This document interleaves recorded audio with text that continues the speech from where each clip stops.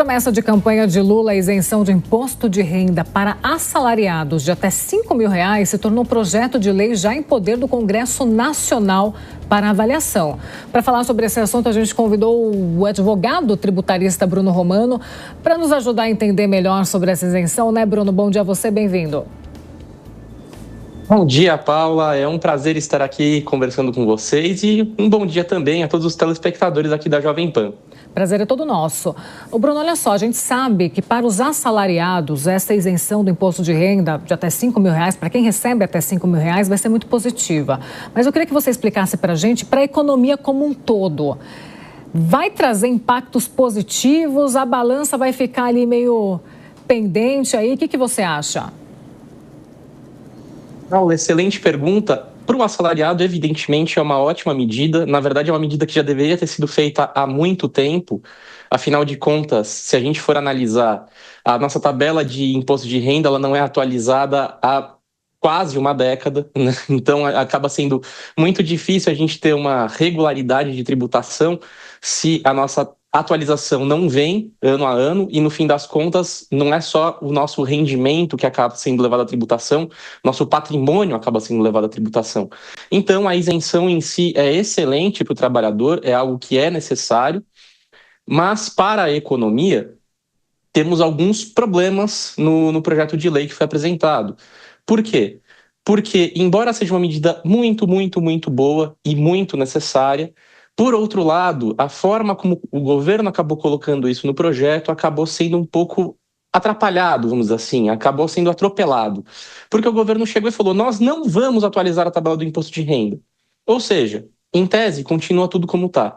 Nós vamos conceder um desconto adicional para quem ganha até R$ 5.000, para que essa pessoa esteja numa, entre aspas, faixa de isenção. Quem ganha de R$ 5.000 a R$ 7.000, nós vamos conceder descontos adicionais, mas menores, para que haja uma isenção parcial. E quem ganha acima de R$ 7.000, nós não vamos conceder desconto nenhum. E qual que é o problema disso? Você acaba, da forma como foi colocado, por não ser uma tabela progressiva e simplesmente conceder descontos a uma parcela e não conceder descontos a outra parcela de assalariados, surge o risco de, economicamente falando, quem ganha 6.990 ter um salário líquido maior do que quem ganha R$ 7.100 por mês, porque quem ganha 6.990 vai ter esses descontos e quem ganha 7.100 não vai ter os descontos. Então, você tem um desincentivo a promoções, você tem um desincentivo a mão de obra num nível técnico um pouco mais alto. Então, esse é um grande problema, por um lado. E, por outro lado, a medida compensatória que o governo trouxe, que é a tributação de grandes valores, né, que são os R$ 600.000 anuais, acaba sendo um desincentivo à geração de riqueza, justamente porque você desincentiva que investidores coloquem, aportem o seu capital aqui no Brasil, porque eles preferem colocar o seu dinheiro como um todo em lugares onde você não tem tributação.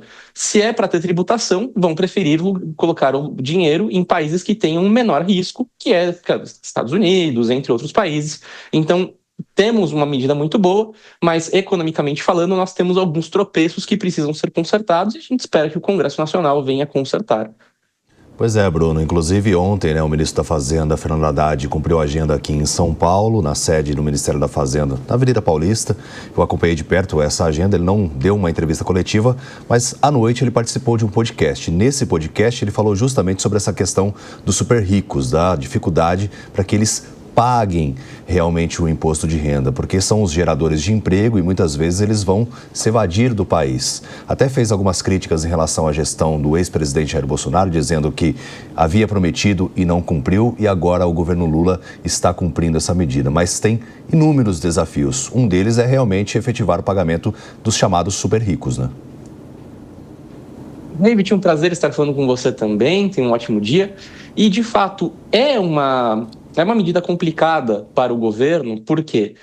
Porque enquanto se busca efetivamente tributar os super ricos de um lado, o governo não dá seguranças econômicas do outro. E essa eu acho que é a grande questão que existe. Se nós estivéssemos diante de um governo que mantém uma certa austeridade fiscal, um governo que tem pontas enxutas, isso traria uma maior previsibilidade de contas.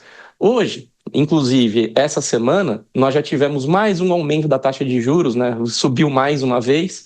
E não é porque simplesmente foi prometido na reunião do ano passado, na última reunião do ano passado, mas sim porque o governo não tem adotado medidas que trazem segurança para o investidor. E aí, com isso, o mercado, né, o tão famoso mercado, se vê numa situação de muita insegurança, se vê numa situação de muita incerteza, e, claro, isso acaba contribuindo para a fuga de capitais. E se nós tivéssemos uma tributação de dividendos, mas, por outro lado, nós tivéssemos um risco país efetivamente baixo, o que não é o que ocorre no momento, seria muito menor a fuga de capitais. Mas, tendo um risco país elevado e ainda mais a tributação do que é investido, claro, os super ricos eles vão acabar preferindo ir para países ou que lhe conceda mais benefício, e um exemplo disso é o Uruguai, que mesmo a oposição tendo vencido as últimas eleições e estando agora como base governista, o Uruguai já disse que vai manter as políticas de incentivo a investimento. Então, é só passar a fronteira aqui do lado que se torna algo muito vantajoso alocar capitais num país vizinho que está aqui do lado. Então, vejam que é uma questão conjunta, não é só tributar ou não tributar dividendos, é dar ou não dar segurança para os nossos investidores. Hoje nós não damos segurança e ainda estamos querendo tributar os investimentos, então nós estamos acabando, a gente acaba indo numa contramão do que seria o ideal para o investidor. Então, no fim, a gente acaba ficando nessa situação de muita insegurança e a fuga de capitais acaba sendo algo que é muito provável de acontecer. E mais que nunca a gente vê o Estado brasileiro dando presentes com dinheiro alheio e dividindo mais as pessoas entre os que são totalmente isentos e os que têm que pagar com a sensação que estão sustentando os demais. Muito bom dia, Bruno. Eu queria voltar à sua primeira fala, porque me parece que ao dizer que tem degraus de contribuição, isso pode ser também um estímulo à sonegação, porque o sujeito que chegar na primeira faixa de pagamento vai fazer tudo o que possível, imagino, para não declarar daí para frente, para que o Estado não veja e não comece a cobrar. Não seria mais lógico que todos pagassem, mesmo que numa curva ascendente de bem pouquinho para bastante, mas que cada R$100 a mais que a pessoa ganhasse, a diferença de imposto fosse tão pequena que ela não tivesse a preocupação de sonegar? Diogo, muito bom dia, excelente questionamento. E sim, se nós formos analisar até a nossa tabela de imposto de renda progressiva, é justamente essa ideia que se tem, mais ou menos, de você criar faixas. Embora exista uma faixa de isenção, é justamente você criar faixas para você ter uma tributação que seja equânime. E se você passa para a faixa seguinte, você não deixa de perder o benefício da faixa anterior. Então, se você ganha R$1.200, você com certeza vai ser isento. Se você ganha 3.000, os seus R$1.200 vão ser isentos e só o que você ganhar acima disso, você vai acabar tendo que levar ao imposto de renda. É justamente para isso que servem as faixas de progressão, justamente para não surgir essa ideia de injustiça, porque se você não tem o direito do benefício que o outro teve, você fala, pô, por que eu vou pedir uma promoção? É justamente esse o ponto. Se nós tivéssemos uma atualização da nossa faixa de alíquotas progressivas do imposto de renda, essa sensação seria reduzida. Porque ainda que a gente tivesse uma faixa de isenção de R$5.000, quem ganha R$6.000 vai usufruir do benefício de quem ganha R$5.000, então o seu rendimento de R$5.000 vai ser isento, e ele só vai oferecer a tributação R$1.000, que é a diferença entre 5 e 6.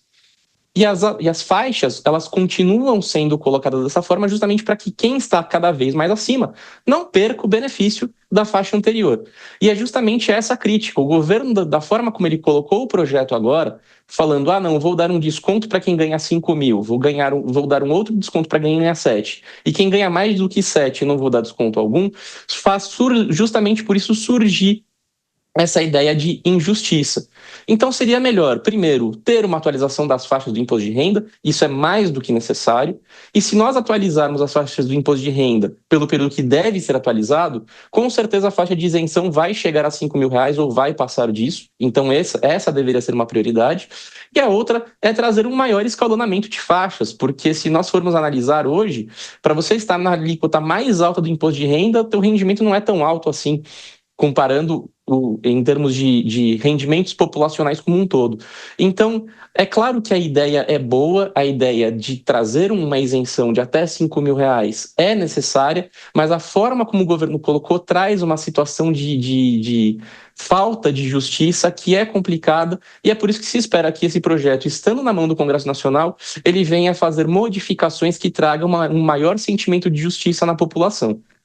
Agora, Bruno, como que o governo pretende compensar a perda de arrecadação referente a essa isenção do imposto de renda? Porque a gente sabe que está ganhando de um lado uma população, mas do outro, né, a coisa não é assim, não existe almoço grátis, né, como todo mundo fala e os economistas falam em relação à economia aqui no Brasil. Exatamente, Paulo. Realmente não existe almoço grátis e o governo ele pretende fazer essa compensação justamente por meio da tributação dos super ricos, né? Os rendimentos anuais superiores a R$600.000, eles vão ser oferecidos à tributação, a alíquotas que vão variar de 0% a 10%, e os rendimentos que sejam anuais, que sejam superiores a R$1.200.000, eles vão ser tributados a uma alíquota única de 10%, só que aí é justamente o problema. Porque se fosse tributar rendimentos da forma como é hoje, não se atingiria os dividendos. E o governo já falou que os dividendos também vão entrar nessas faixas de tributação de 0% a 10%.